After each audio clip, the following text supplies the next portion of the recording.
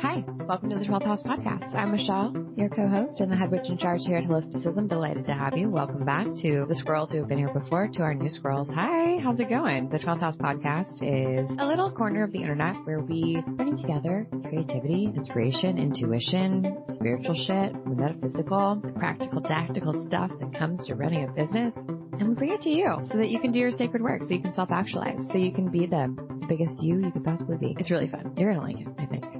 Anyway, let's get into today's episode. Hi, Michelle. Hi, Wallace. How are you? I'm really good. I'm really excited about today's book because I feel like I've been an advocate for it, a disciple of it. I've been the person screaming from the rooftops, everyone buy this really expensive book. And you got it.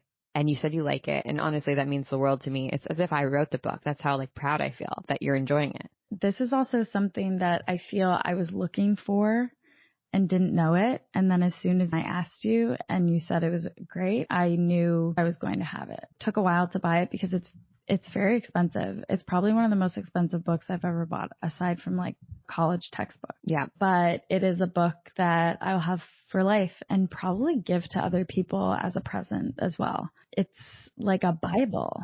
It is. It is $145, but this book is The Creative Pragmatist, and it is gorgeous. And even just the experience of holding it in your hand and opening it up and unpacking it is truly transcendent. And I've explained it and brought it to so many friends, so many of my creative friends. And the way that I've described it is it's a course on style, but in a book. So instead of taking a digital course where you would easily pay $300, $500, $1,000 to learn how to style yourself, it's a beautiful book that's a piece of art, and that's also a reference. It's kind of like an encyclopedia, and it's such a good read. It's definitely you could read it in one day in one sitting. But I have all these post-its on pages that I loved because I want to come back to it over and over again. And I really couldn't stop thinking about the philosophies in this book and the tips in this book. I still am thinking about them. And I got this the first week it came out, months ago. This book has definitely changed my life. Yeah. There is before The Creative Pragmatist and there is after.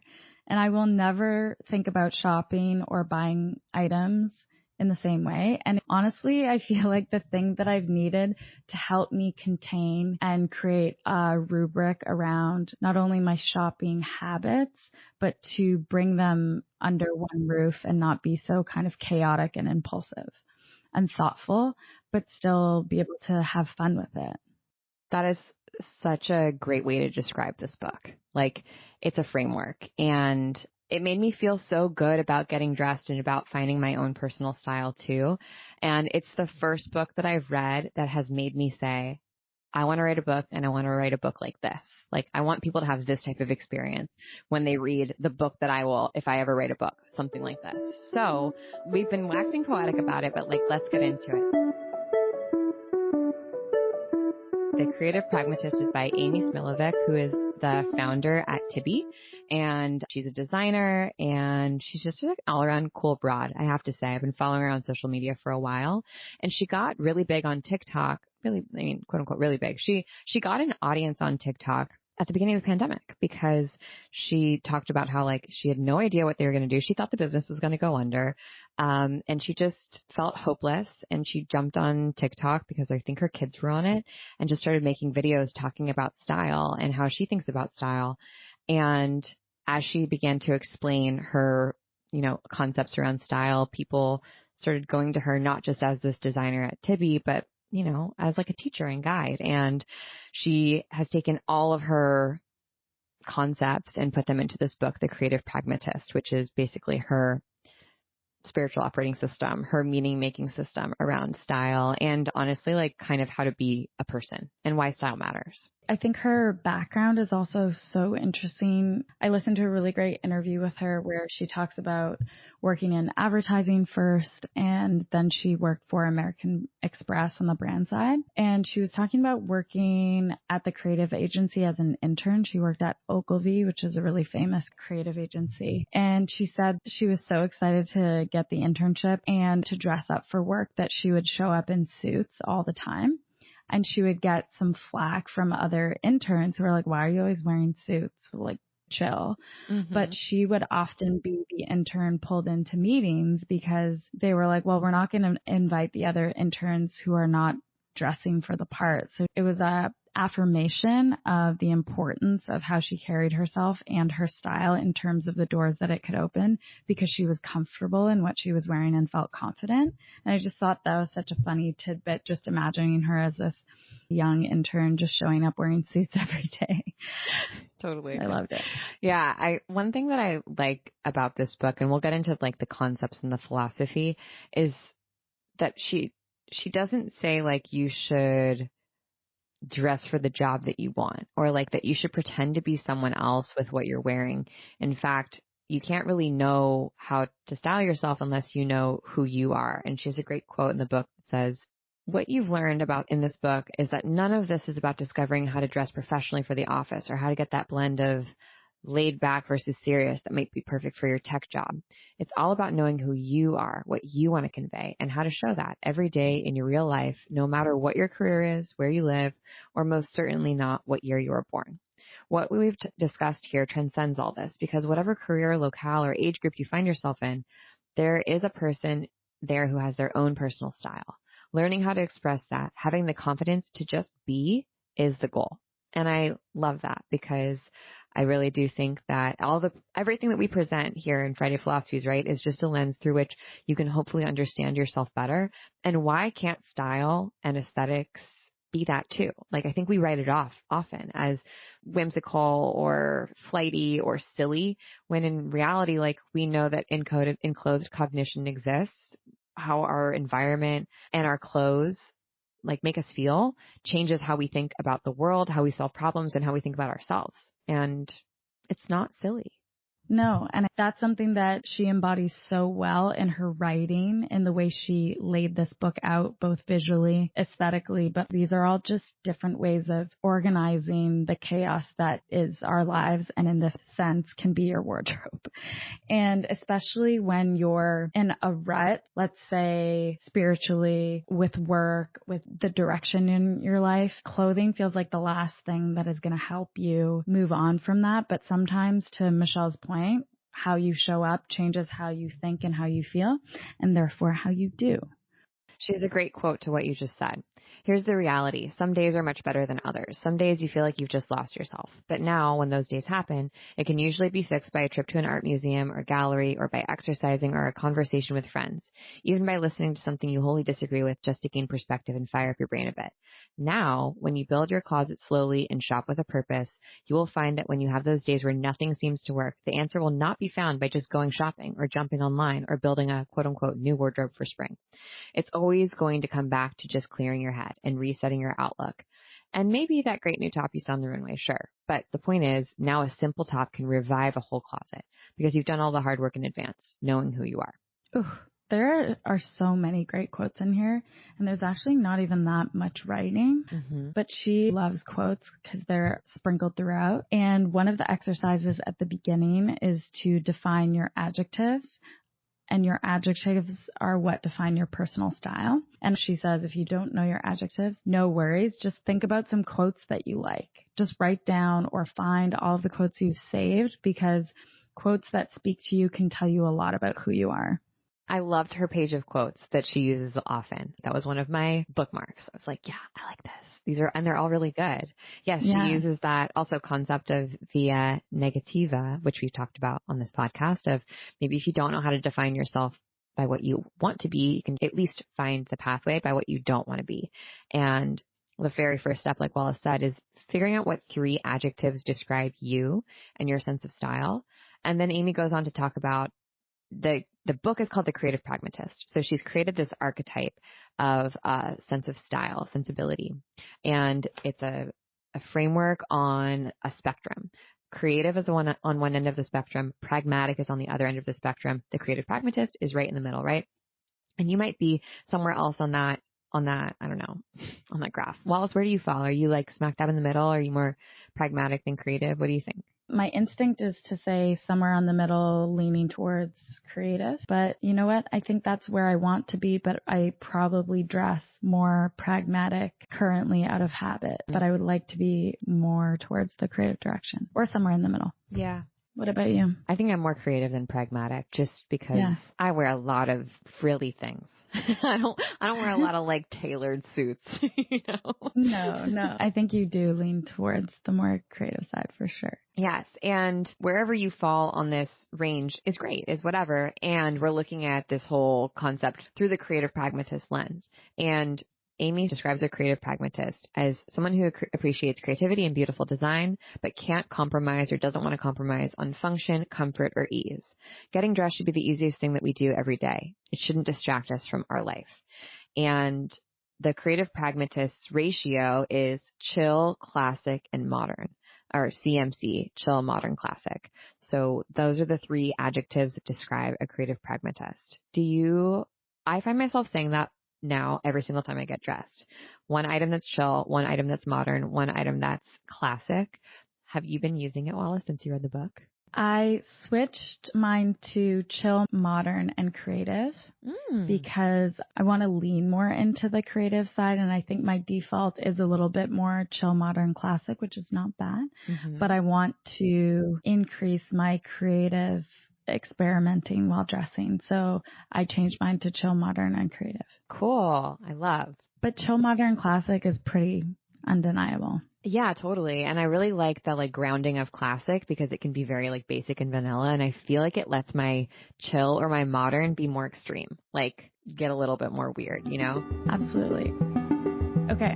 Should we get into some of her frameworks, some of her fundamental ways to think about your wardrobe? Absolutely. So throughout this book, there's tons of pictures, and some of what we're going to talk about, it might be hard to visualize. I would say if you can get this book, go in and fractionally buy this book with your friends. Get 5 friends who can like go in on this with you because it is just amazing. If you're in LA, you can borrow this book from me if you'd like. You just have to bring it back. Okay. I just think that you need to see the visuals. They're stunning. They're amazing.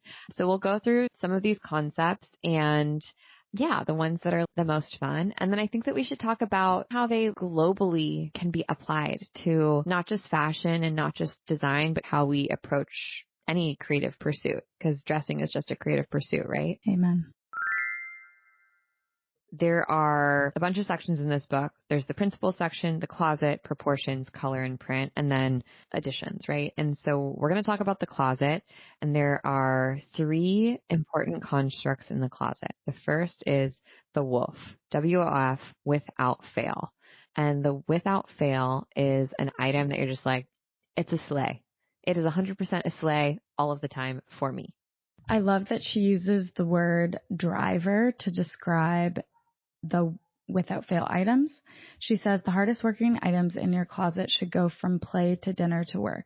Not everything should do this, let's be real, but the ones that do will get you the most mileage. They're the items that never make you angry. You'll never curse at them and regret for the money you spent.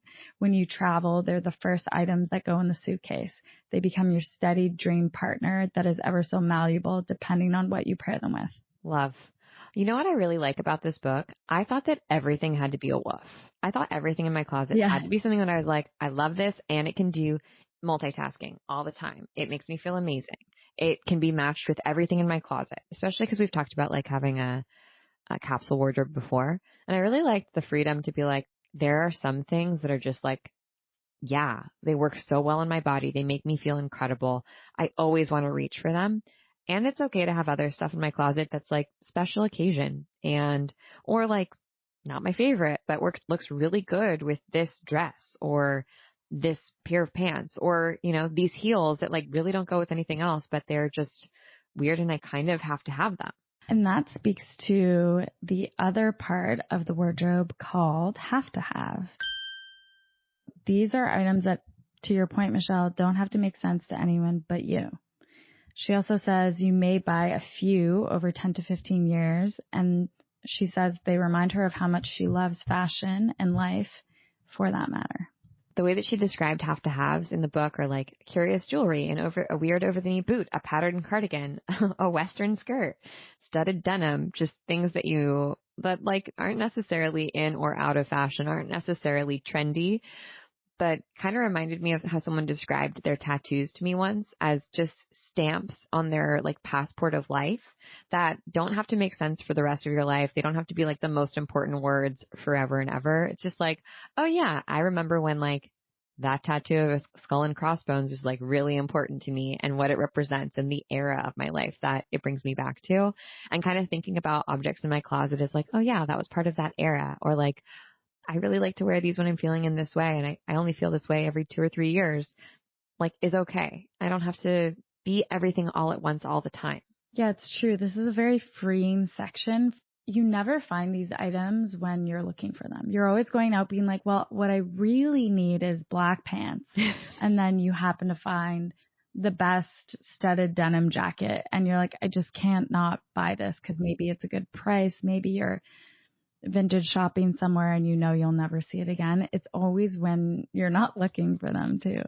Oh, totally. And like, there's nothing you're going to wear this to. You're not like, oh yeah, this will totally work for that wedding in 6 months. You're just like, I don't know. I think I'm going to have to buy new pants that will just even go with this outfit. But like, I need this in my life for whatever reason. And that can also make you feel so frivolous, I think. I will speak from the I. I really like shut myself down and shame myself when objects in space inspire me. Because I'm like, oh, I don't want to be materialistic. Like, I love that vase, but it doesn't work with our house. So like, I can't really make it.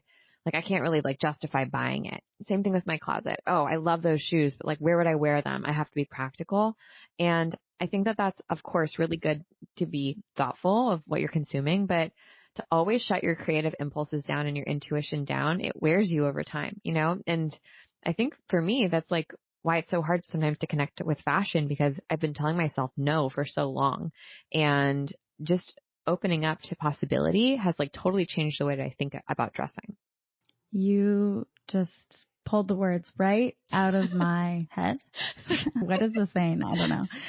Because I really resonate with this. I think as someone who feels generally like I try and live like a minimalist to a degree, but I also love design, art, and fashion. I always have, and I've always wrestled back and forth with shaming myself over being too materialist. And I think what's so nice and freeing about this is it's in no means are these frameworks promoting excessiveness. They're just giving you a container that can mean that you can have both. You can have balance and you can have restraint, but you can also flex and experiment and, to your point, follow your intuition. And I just feel like that's what's so comforting. It's giving you an idea of how to think about these things. So it's not all or nothing, like, oh, I just can't shop, period. It's like, well, maybe every once in a while I'm going to have this item, and it's okay, because maybe you have a few items like this over the course of a decade and you hold on to them and they come in and out of what you wear. I love that idea of like a collection of weird things. I have this like one weird puffy, see translucent, like overshirt thing that I just am obsessed with and I love, but I never wear it because it's very like, I have to be in the mood to wear it, but I can't get rid of it. And, I like the idea of like other items in my closet joining it for like, yeah, it's okay that they're hanging out there together and they know they're going to get used eventually. And I love also the difference between a have to have and an in and out, an I and O. In and out pieces, she says, are goosebump worthy new pieces that remind you why you love fashion. They play a crucial role in your closet. They make your woofs feel brand new again. They're items that pique your interest. They make us feel present and satisfy our love of fashion and style. But the key is to never overbuy on in and outs. They're not the pieces that we wear every day. They can be really special or part of a trend that may not be around in a couple of years, and that's okay, as long as you haven't invested tons in them or bought tons of them. The thing about in and outs is that if you don't buy smart, they can make your closet feel like chaos. And boy, is that the truth. Mm-hmm. It's like when you're like, wait, I only have patterned items. Right. Or like colored jeans. Remember when colored jeans were like a big thing? And instead of just like one pair of, I don't know, like mustard jeans, we had like cranberry and dark blue and light blue and green. It's just like, it's a bit much. We over-indexed on the colored jeans. Definitely. Or even just the trend of all of the different hair accessories and clips right now are very tempting to me. And I'm like, yeah, I could have a few, but I'm realistically not going to wear most of these. I just like how they look on other people. Yeah. And I do think there's something nice about having that, like thinking about it as like your one special trend piece. Like, yeah, I have my like one little silly girly clip, and it is my special girly clip. And it kind of goes with everything in that way because it's the one that I have. Yeah, I think a recent purchase where I thought about this a lot and then I found kind of a compromise was I was feeling the urge towards cowboy boots. And I was like, this is a trend that is not going to last. I mean, maybe it'll come back. I think cowboy boots are kind of like a perpetual trend. Like, that's true. You can always wear them, but sometimes they're more on trend than other times. 100%. I found a used cowboy boot shape, but it's just a black boot. It has the look of a cowboy boot and the way that the heel is shaped. And you're like, there's something familiar about it. And then you make the connection. Nice. But it took me a while to make that decision. And then I was like, only if I find it used at a certain price will I indulge. And it satisfied the need. It scratched your itch. That's great.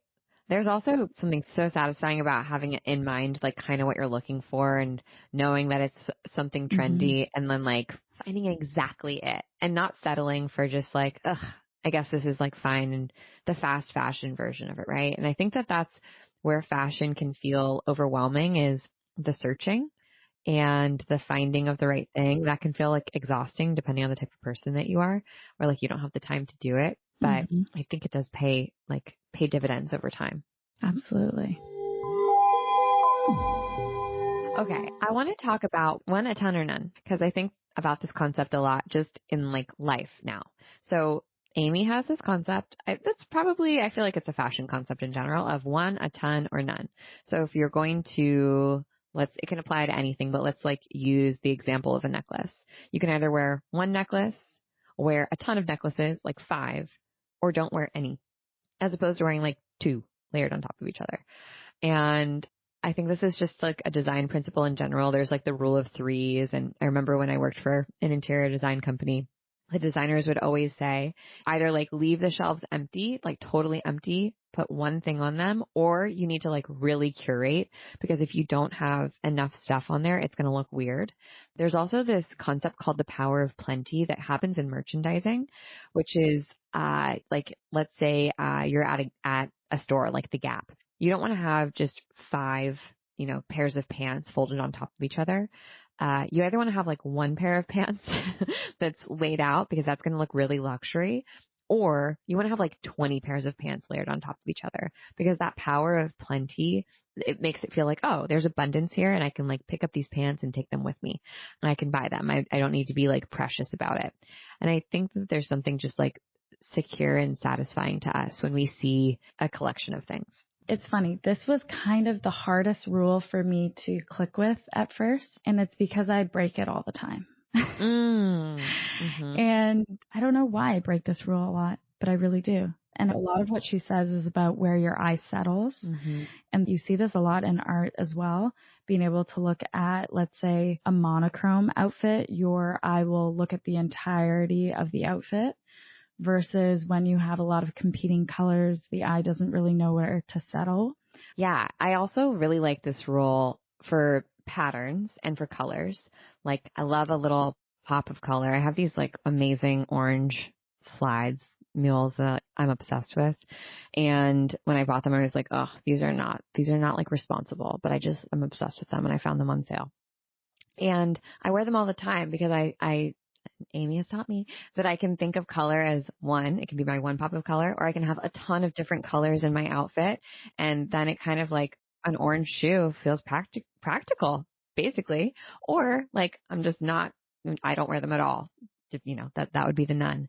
And I also think about this, like when it comes to writing and content, giving people one thing, like one specific thing to do, an action, a ton of actions, like let's say in a newsletter. So let's say I'm writing a newsletter. I give them one action, one link to click on, the one, we talk about this in copy all the time, like the one big thing, or I give them a ton of links, a ton of things to play with and interact with. Or I give them nothing to respond to, nothing to click on, just something to reflect on. Like I'm just writing them a note. I think that could be a great principle that you take into your content creation or even into like how you're showing up at work. Is there one project I can work on? Are there a ton of projects that I can begin or start? Or are there actually like projects that I need to kill in order to get my creative mojo back? I think it's so applicable to so many different disciplines. I'm now thinking when I worked at a creative agency and we would always give our one big idea that we wanted to win that was out there and crazy. We would give 3 alternatives, so a ton of alternatives. And then we would give them within that 3, usually something we knew that they would like that was somewhere in the middle. And when they would come back to us with what are the other alternatives, we would say none. Oh, That's it. We gave you all of them. wow. Yeah. And then we would work with them, but they had to choose from like our one big idea or the 3. And it also reminds me of another rule that Amy loves, which is the rule of 3 in outfit building. I always think about this with making salads with my mom. She's always like, you add way too much. You only need 3 things. Yeah. She'd always be like, you need something crunchy, something fresh, and something salty. Or like you can switch it up. But other than, let's say, if your base is some kind of leaf, she would say salads are always better when there's just 3 additional things. And I, for some reason, always tend to add 4 additional things. So whenever I make a salad around her, I'm like, okay, only use 3. But I think both these rules, I feel like, really speak to each other. A lot of these rules are in dialogue with one another. And I think she loves philosophy as well. And so Amy references a lot of like Latin philosophy or quotes that relate to the rule. And she talks about how the rule of 3 shows up in many different areas and that often every set of 3 is complete. And she refers to the Latin phrase that I don't know how to say, omne trium perfectum. Sure. That means 3 keeps balance. And in general, she kind of says it provides enough information to fully convey an idea, and it rarely provides so much information that it confuses or muddies the intent. You know, as you say that, I am called back to the whole purpose of this book, which is not just like find comfort and joy in dressing and make it something that's easy for you as opposed to stressful, but to communicate who we are and as truthfully as we possibly can. And I feel like I've told this story on the podcast before, but I had this like big idea in probably like 2019 that I wanted to work with a creative director to like help me find my style because it was really important to me. It wasn't, you say, but it's not good. It was really important to me that when people looked at me, they felt like they knew exactly who I was. And I talked to my therapist about it and she was like, that's a bit psycho. Like you're really trying to control how people see you and you can't. People will see you however they want to see you. It doesn't matter if you dress in the most like perfect way, to make them feel comfortable or whatever. And I think now the way that I think about style from this book is, I just want to like be the most authentic version of myself and people can kind of take it or leave it. This isn't a billboard for people to like have a warning of who I am before they talk to me. Rather, my sense of style is almost a reminder to me or an extension of like what's inside of me. And it's not really for anyone else but me for experiencing, you know? Yeah, and so much of this comes back to what makes you feel connected to yourself and comfortable in your body, and therefore comfortable in just your being and who you are and how you show up. Because if we're not feeling comfortable or we're trying to dress for somebody else, we'll inherently give away like parts of ourselves in those interactions and not show up in a way that feels relaxed and at ease and ourselves. That's one of the most important things for me, I think, in my wardrobe is feeling comfortable and then finding a balance of how to show up in a way that feels physically comfortable, but also communicates what I want. And I think exactly to what you said, it's really about finding ways to express what's going on that given day or week or month or year in our lives that will tell people a little bit about who we are, but ultimately that's not up to us. It's not for them, mama. It's for you. Yeah. It's all for you. Let's go into our superlatives. So what's the one weird thing about the Creative Pragmatist for you? Maybe like something that you don't vibe with. Is there anything that you didn't like? I guess it's not a super accessible book. Like it's very big and expensive, but it is an investment. So I don't know if that's weird. Maybe like the one weird thing that's kind of good is that this doesn't talk at all about body shape. It doesn't talk at all about like, here's what's going to be most flattering for you. Here's what proportions you should have. These are the proportions of a creative pragmatist, which is kind of like oversized. There's going to be like some skin that you show sometimes. It's more about balance than anything. It doesn't say anything about like, you're an apple, so you should wear blah, blah, blah. Or like, you're petite, so you should wear this, or you can't wear this. And I really like that, but I think it's rare in a style book. And I think that some people won't like that because sometimes you want something that's prescriptive. And the truth is like, when you feel good, you look good. I agree with that. Would the Creative Pragmatist, are they a coffee person or a matcha? Definitely a coffee person because they're classic. That's true. Maybe even an espresso. Maybe an espresso in like a ceramic cup. They're not taking it to go. They're drinking it at the cafe, Europe style. Exactly. Are they a morning glory or a night owl? I kind of feel like they're a morning glory just because so many creative people are like bubbly at the beginning in the mornings, you know? Mm-hmm. What do you think? I agree. On the P to V scale, Pisces to Virgo, where do you think the Creative Pragmatist falls? Pretty Virgo. What do you think? They're very organized. Is it a cop-out to say Libra because Libra is like about style? Actually, I feel like Creative Pragmatist is really more Taurus energy to me than like Libra. Libra feels a little like sparkly. And I don't know if the Creative Pragmatist is necessarily sparkly.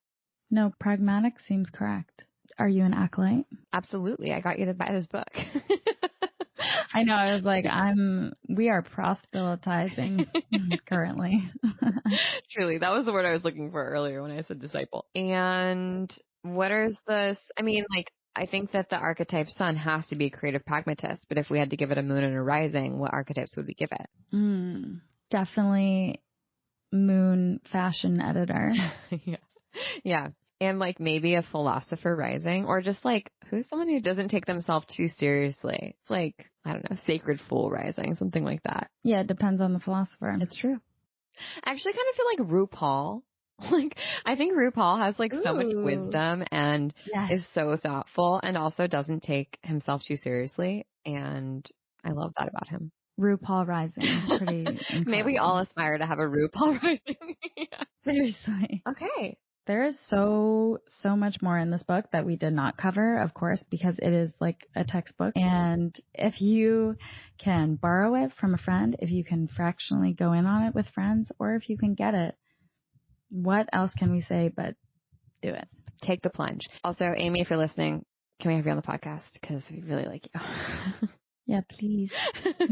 Thank you for listening to another Friday philosophy episode. We love you so much. And if you would like to join us for our monthly audio courses, you can subscribe in the show notes.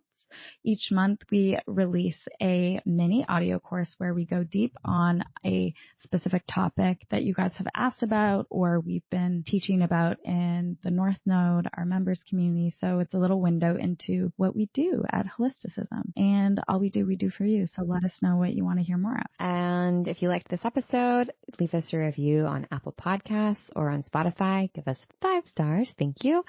We really appreciate your love in advance. And thanks for listening. We'll see you next week. Happy Friday. Bye. Bye. The 12th House is produced by yours truly, Wallace Miller Blanchard. Our theme music is made by Nathan McKay, and our wonderful editing is done by Softer Sound Studios, who you can find more information about in our show notes.